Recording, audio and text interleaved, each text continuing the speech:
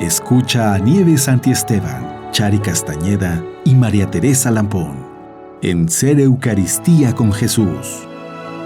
Es nuestro amor al Hijo único el que nos salva glorificándole, manifestándonos las riquezas de su amor en la Eucaristía. Ser Eucaristía con Jesús. Nos da el que le amemos a Él y glorifiquemos al Padre, fuente y término supremo de este amor. Ser Eucaristía con Jesús. Aquí, por Mundo Católico, construyendo la civilización del amor. Hola, bienvenidos una vez más al programa Ser Eucaristía con Jesús. Yo soy Chari Castañeda y me da muchísimo gusto recibir el día de hoy a Tere Lampón. Muchas gracias, Chari. Como siempre, un placer estar aquí. Que la paz del Señor esté con todos ustedes. Pues Tere, el día de hoy vamos a tocar un tema muy bonito. Estamos ya en el mes de agosto y bueno, un gran santo del cual vamos a hablar el día de hoy, también muy eucarístico y que yo lo considero pues como muy cercano.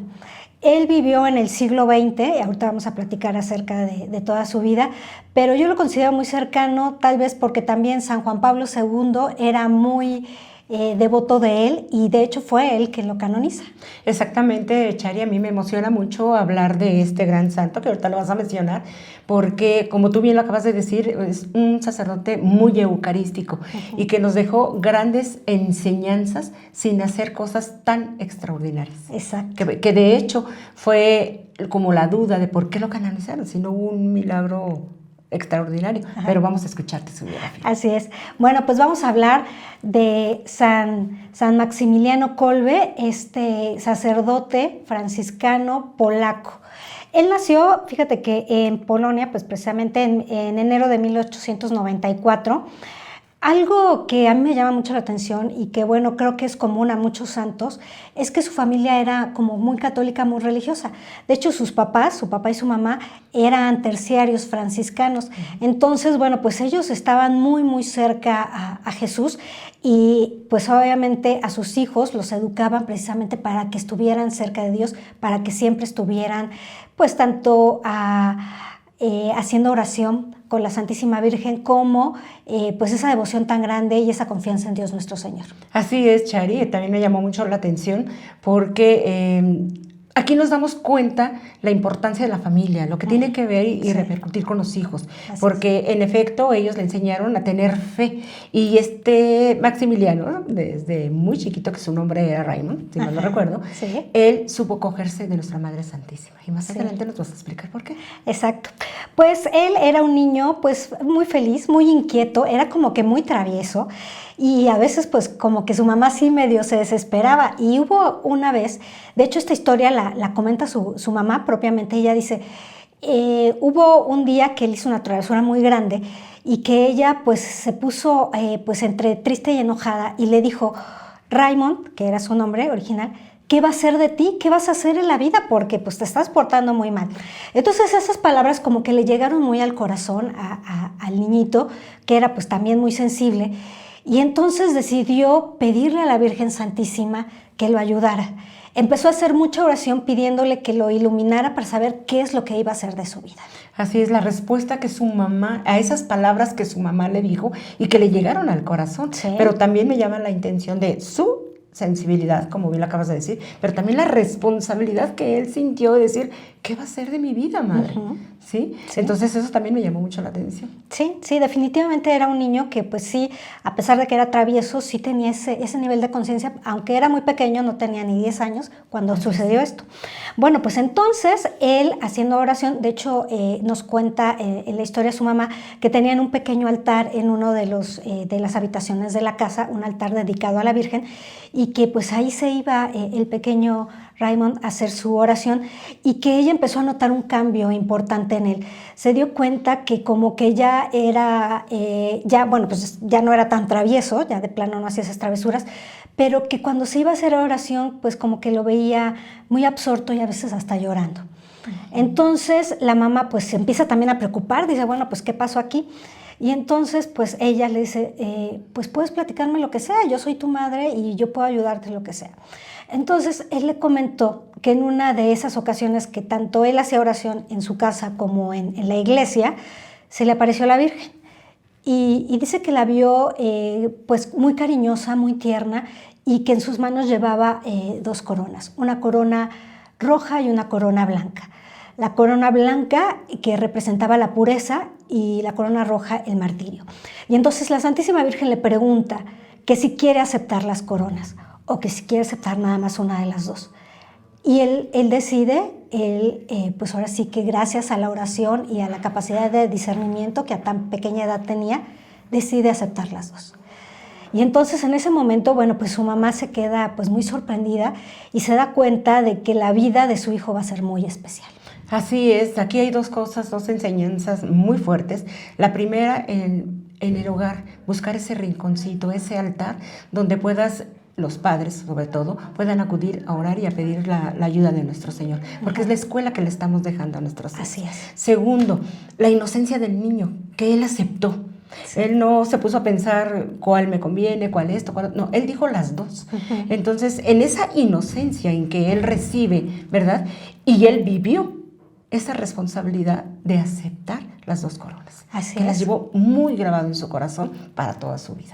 Sí, fíjate que, y esto que comentas también es muy lindo, porque hay que recordar que el mismo Jesús nos dice que solamente si nos volvemos como niños, podemos entrar al reino de los cielos. Aquí esta característica de los niños es esa confianza.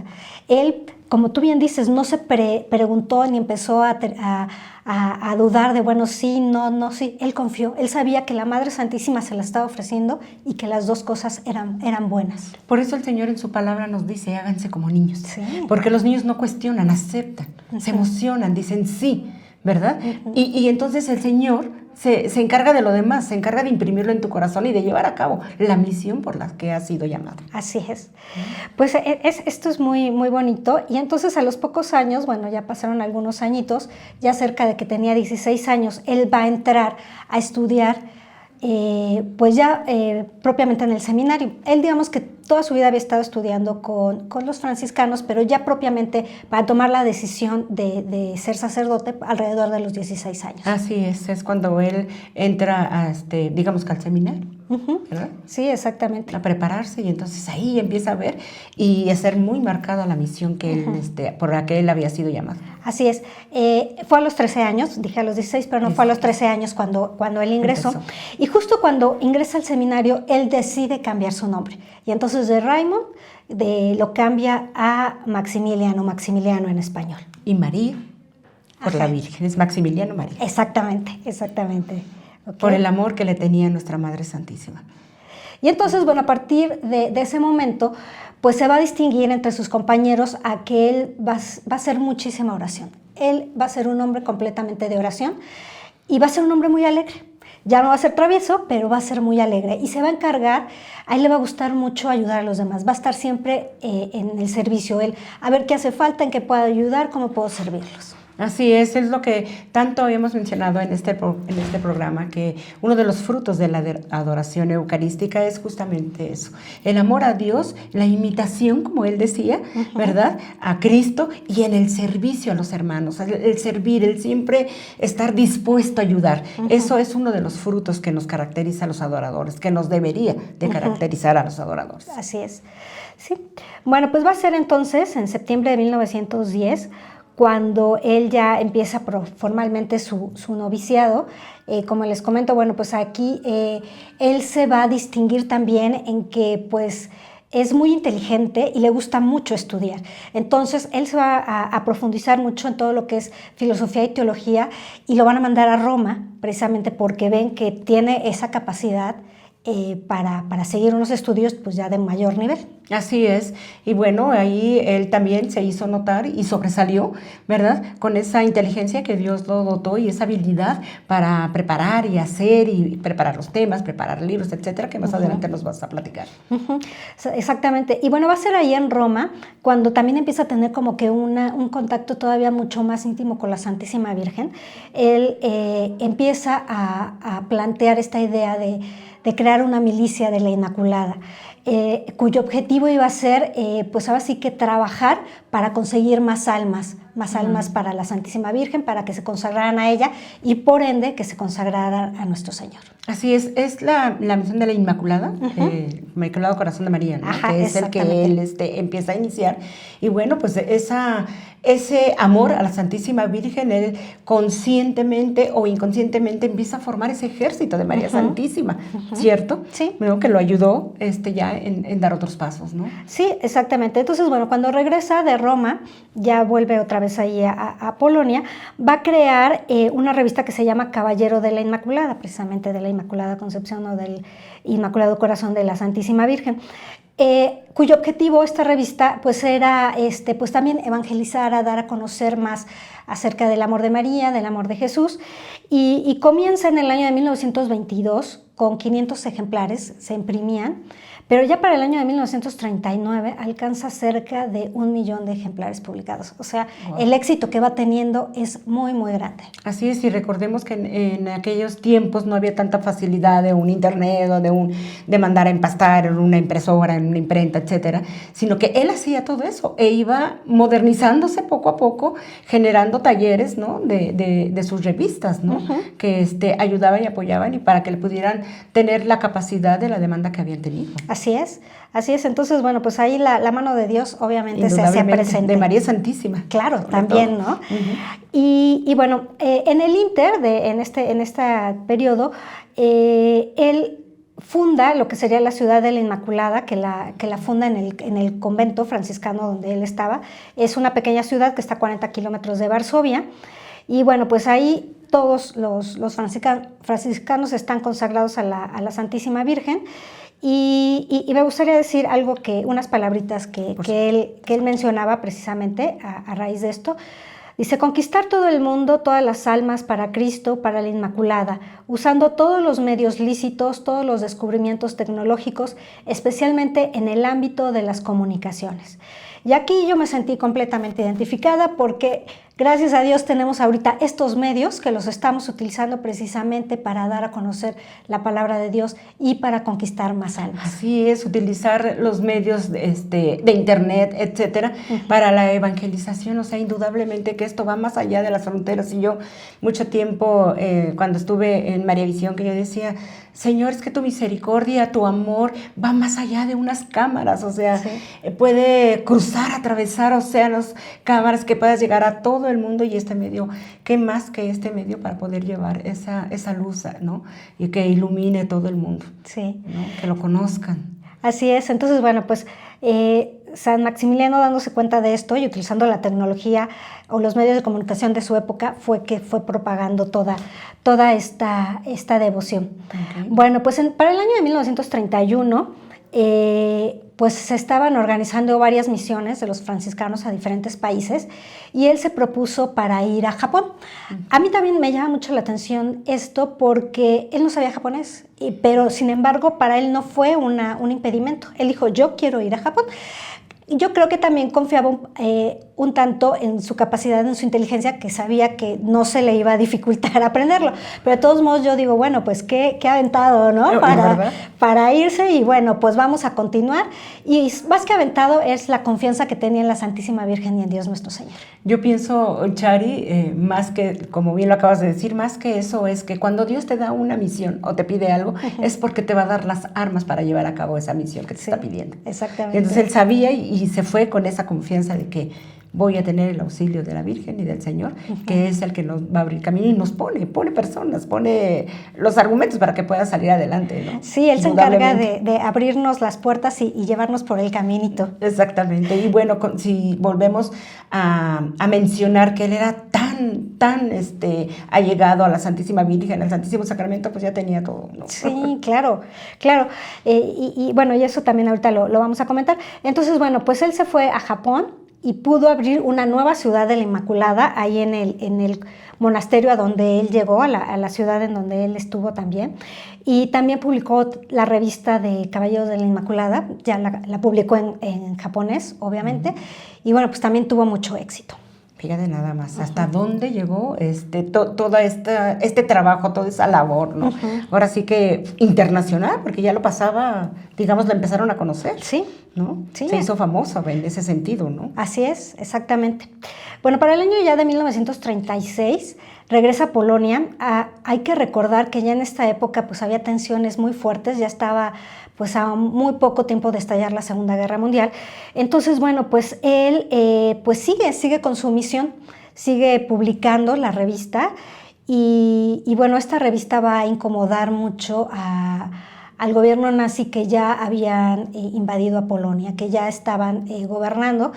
Y pues entonces tanto él como algunos de sus hermanos franciscanos van a ser capturados y van a ser enviados a campos de concentración.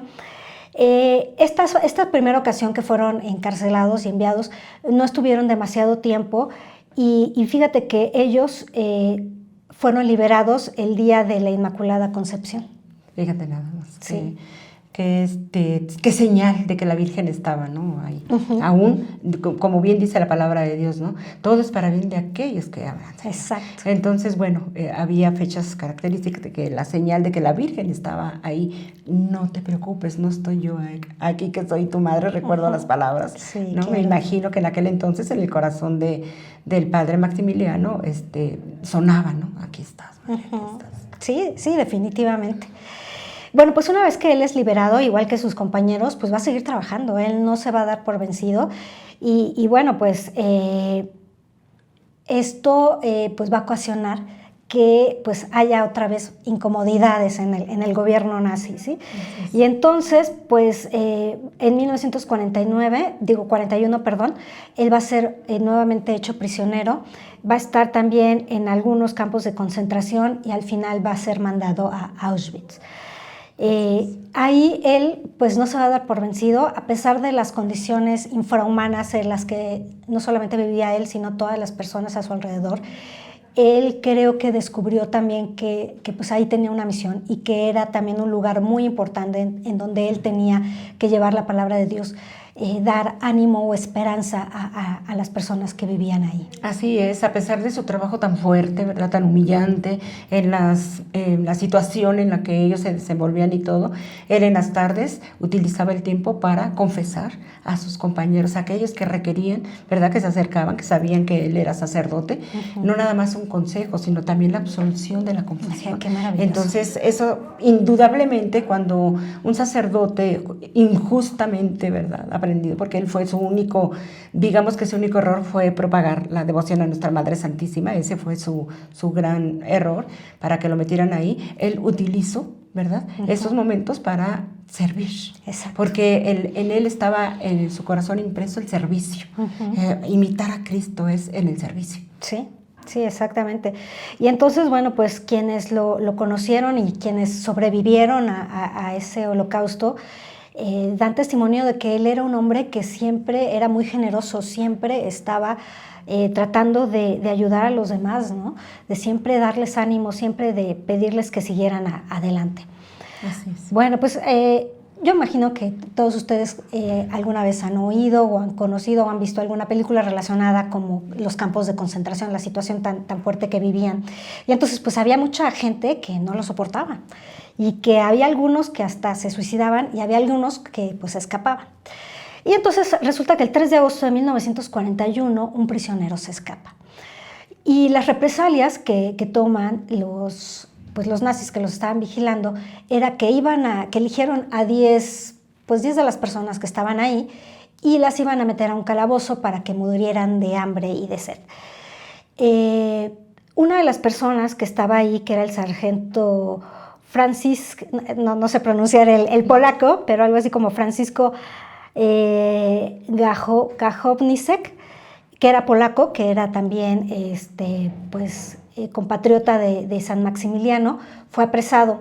Él estaba casado, tenía hijos, y pues sí le pesó muchísimo que lo eligieran, exactamente.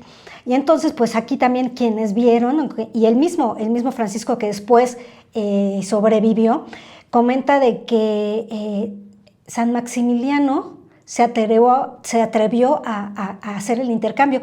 Y esto es muy curioso porque el valor que debió haber tenido primero para levantar la mano y decir, oiga, por favor, quiero pedirles algo. Porque ya sabían ahí que el que se atrevía a hablar o a contradecir alguna orden era o lo castigaban, le pegaban o le hacían algo o lo mataban. Pero bueno, para empezar, ahí tuvo el valor de levantar y decir, oigan, ¿puedo pedir por favor que hagamos el intercambio? Él tiene familia, yo no tengo familia, yo quiero dar mi vida. Así es. La segunda cosa que también es de llamar la atención, que le hicieron caso, que le dijeron, está bien, no importa, nosotros queremos a 10 prisioneros, no importa quién sea, pues va. Así es. Y pues la tercera va a ser lo que va a pasar en esos días que ellos están en el calabozo. Así es. A mí hay una cuarta, Chari, que me gustaría nombrar, es cuando eligen a esta persona. Él habló, susurró y dijo que Dios tenga misericordia de mis hijos y de mi esposa. Y eso conmovió el corazón del padre Cohen. Entonces, por eso levantó la mano y cambió, porque dijo, él tiene familia, yo soy solo. ¿Sí? Sí. Entonces, eso para mí era muy importante, porque cómo conmovió su corazón de dar la vida, ¿no? Y es justamente lo que nuestro Señor se conmovió de nosotros, pobres pecadores, ¿verdad? Que dio la vida por nuestra salvación. Sí. Vuelvo a insistir y a subrayar, imitar a Cristo. Fíjate que, y esto es bien importante que lo comentas, Tere, porque sí, una de las características de Dios, hay que recordar que Dios es amor, Dios es luz y misericordia y es compasión. Así es. Entonces, nosotros nos vamos transformando en Jesús, nos vamos llenando de esas características conforme más cerca estemos con Él. Obviamente hay que recordar que San Maximiliano, pues al ser un adorador eucarístico, pues se va transformando en él. Y entonces, pues esta característica de la compasión surge. Inmediatamente. Exacto. Inmediatamente tiene que surgir cuando tú visitas y frecuentes al Santísimo Sacramento. Pero vamos a seguir escuchándote, porque hay datos que a mí me gustaría nombrar justamente de lo que él logró asistiendo a las capillas de adoración. Sí, entonces, bueno, continúo. Pues estuvieron 10 días en ese calabozo, estas personas. Algunos comenzaron a morir, pues al primero, al segundo día, pero bueno, San Maximiliano los mantenía unidos en oración. Cuentan que se oía cómo hacían oración durante largas horas del día, muchas veces con los salmos o rezando el rosario. Entonces creo que esto también les ayudó a mantenerse, ¿no? Obviamente pues los demás que no conocemos, que estaban ahí, pues también debieron haber muerto en gracia de Dios, porque pues ahí San Maximiliano les pudo haber dado perfectamente la absolución de todos sus pecados. Así es, indudablemente, Chari, indudablemente. Pues pasaron los 10 días y San Max no se moría. Entonces pues ahora sí que los que dirigían ahí, los nazis, estaban sorprendidos de cómo después de 10 días de estar sin alimentos, sin agua, podía alguien estar todavía vivo. Y entonces, bueno, como ya necesitaban ese calabozo para otras cosas, decidieron pues sacar a San Maximiliano y lo mataron, le dieron una inyección letal. Y esto fue el día 14 de agosto de 1941. El día de su muerte, el 14 de agosto, es el día que celebramos su fiesta. Fíjate nada. Entonces, bueno, pues gracias a Dios, muchos de los sobrevivientes, entre ellos el sargento Francisco, al que le salvó la vida, dieron testimonio de esto, después de que terminó la guerra, después de que fueron liberados. Y esto sirvió para que pocos años después se iniciara su proceso de canonización. Y en el año de 1973, San Pablo VI lo va a beatificar. Y va a ser en 1982 que San Juan Pablo II ya lo va a canonizar como mártir de la caridad. Y aquí, como tú comentabas, Tere, pues no hizo falta algún milagro así tan extraordinario, pero simplemente el hecho de él haber dado su vida, y ya no solamente la dio por Francisco, a quien salvó, sino dio su vida por Dios mismo. Así es, como te comentaba, ellos decían y se preguntaban, ¿no? ¿Pero por qué si no hizo ningún milagro? Pues su vida fue un milagro, porque tomamos en cuenta y retrocedemos un poquito.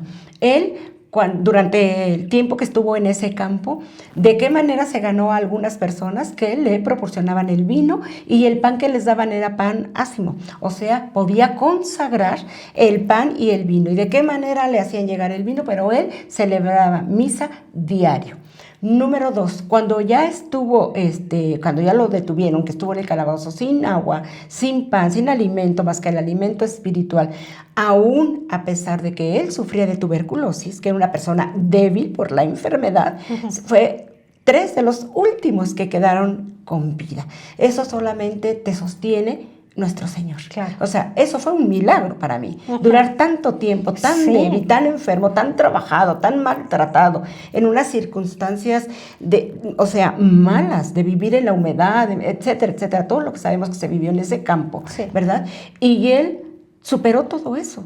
O sea, le tuvieron que inyectar para quitarle la vida.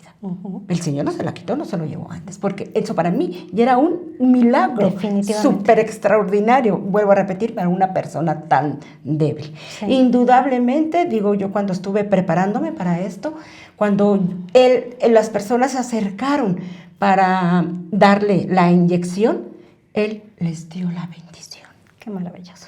Entonces es como el perdón de lo que ellos esa injusticia que estaban cometiendo con él, les estaba dando su perdón. Sí. O sea, yo te perdono como Cristo nos perdonó, ¿verdad? Sí. Perdónales, Padre, porque no saben lo que hacen, ¿no? Fruto, ¿verdad? De toda esta vida que él llevó, pues hay un libro de cartas a un hermano sacerdote donde él escribía y él decía que tenía la ilusión de abrir una capilla de adoración perpetua a las 24 horas y era un llamado a los sacerdotes, Chari. Sí. Y él decía, ¿verdad?, que a Jesús en el Santísimo Sacramento habría que verlo como el hermano mayor, ¿verdad? Es decir, Cristo expuesto en el Santísimo Sacramento, acoge a sus hermanitos. Y esto se refiere a sus hermanitos sacerdotes, ¿verdad? Porque él decía que se lograban, ¿verdad?, muchísimas gracias en la oración frente al Santísimo Sacramento para uno mismo como persona y para los demás, refiriéndose al servicio que un sacerdote debería de dar a los demás. Y ese servicio solamente lo puedes hacer con amor y por amor a quien te enseñó el amor, que lo recibes en la fuente del amor, que es en el Santísimo Sacramento. Entonces él luchaba, ¿verdad? Incluso él decía que él tenía que visitar el Santísimo Sacramento 33 veces al día. ¡Wow! Al día. Y yo decía, Dios mío, el día tiene 24 horas. Si él se pasaba 1 hora, serían 24. Y lo demás, entonces imagínense, prácticamente él vivía en la capilla de adoración eucarística perpetua. Incluso un hermano, Paul, decía, era muy fácil encontrar al Padre Cor. ¿Por qué? Porque ya sabíamos dónde lo encontrábamos, o sea, ahí en la capilla. Entonces, todo esto que él logró, toda esa fuerza que él tomó, el hecho de que lo hayan aprendido sin hacer ningún daño, nada más por hacer una revista, fue justamente lo que pasó a Cristo, tomarlo injustamente, ¿sí?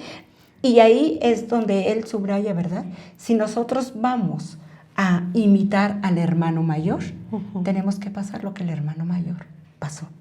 Es imitar a Cristo en el amor y en el servicio. Así es. Entonces, para mí, la enseñanza que me deja la vida del padre Maximiliano Kolbe es justamente eso, Chari, un llamado a nuestros sacerdotes, a que se acerquen en el Santísimo Sacramento, para que reciban todas esas gracias. Indudablemente no es fácil pastorear, y mucho menos ahora, en este tiempo tan moderno, ¿verdad? Fíjate, Chari, que en una capilla, en una parroquia que me llamó un sacerdote, quería capilla de adoración, y él tenía a su cargo la parroquia y una capillita un poco lejos de donde estaba la parroquia, ¿verdad? Se abrió la capilla de adoración perpetua en la parroquia y en esa capillita se abrieron ciertas horas. La capilla se abrió, se inauguró la adoración y la capilla me faltaba 1 hora.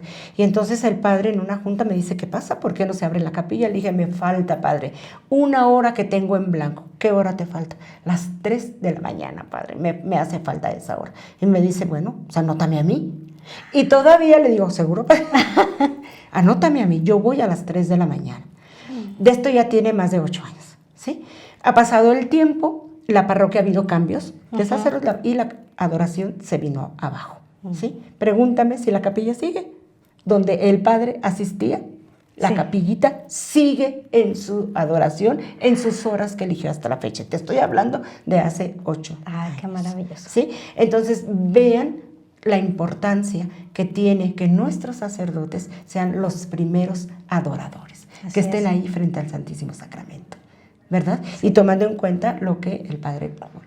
¿No? Me recuerdo que la Madre Teresa de Calcuta, un seminarista, le escribía y le decía, madre, ayúdeme, es que no puedo, es que tenía ciertas circunstancias, ciertos bloqueos, y le decía, ¿haces oración? Sí, madre, hago pues, todo lo que hacen los sacerdotes, la hora nona, la hora esto, lo otro.